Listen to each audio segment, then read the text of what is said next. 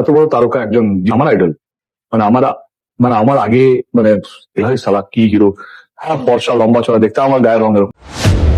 সাকিব খানের বর্তমান আনকমন অভিনয় এবং আনকমন লুক দেখে আসলে সে মুগ্ধ হয়েই বলেছেন এখন দেব যে সাকিব খান আমার হচ্ছে আইডল, এরকম কথাই তিনি বলেছেন। হ্যাঁ, এটা অবিশ্বাসের কিছু নয়। সাকিব দেব সবসময় বাংলাদেশি ফিল্মের প্রতি সুনাম করেছেন এবং বাংলাদেশি ফিল্মের দিকে দৃষ্টি রেখেছেন নিজেদের ফিল্মের পাশাপাশি।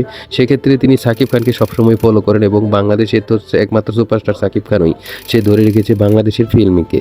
যাই হোক, তিনি বলেছেন যে সাকিব খানের বর্তমান যে মুভি প্রিন্স মুভিটি বেরিয়েছে এটা সে অনেকটা দেখেছে এবং সেখানে তার লুক এবং তার অভিনয় সত্যিই তাকে মুগ্ধ করেছে। দিনকে দিন সে আনকমন এবং অভিনয়ে সে ছাড়িয়ে যাচ্ছে সবাইকে। আমি মনে করি সে এক সময় বাংলাদেশের ছাড়িয়ে বা ইন্ডিয়াকে ছাড়িয়ে হলিউডেও যেতে পারে, এরকম আশায় আমি ব্যক্ত করি। তবে সাকিব খান উপরে উঠুক এটাই চাই, তবে তাকে আমি সবসময় আমার আইডলে আমি সবসময় মনে করি, কারণ তার লুকিং এবং তার বডি এবং তার শেপ আসলে সব কিছুই আনকমন ও তার সৌন্দর্যও সবাইকে মুগ্ধ করে।